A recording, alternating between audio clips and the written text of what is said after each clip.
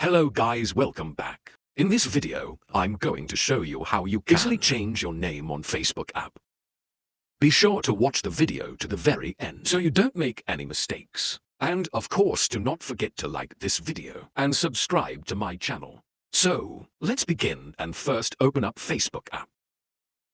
Then right here top at menu icon. And then towards the top right corner of the screen, hit that gear icon that opens up settings. And right here, you can easily find that personal information option. Just tap on that and then at the very top hit at name. It moves you to that screen where you are able to change your name. First name, middle name, and last name. You can just stop at that text field. And then just put in here, oh my gosh.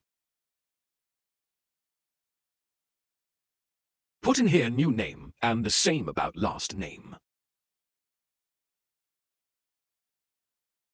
And once you did that, you can hit add review change.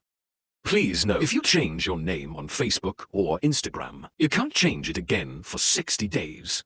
So now I'm gonna hit add review change. And on that step, it asks me to enter my current password. So I'm gonna hit at that text field and then I can enter my password. I can just fill that form from saved password at my device just like that. And then I'm gonna hit at save changes.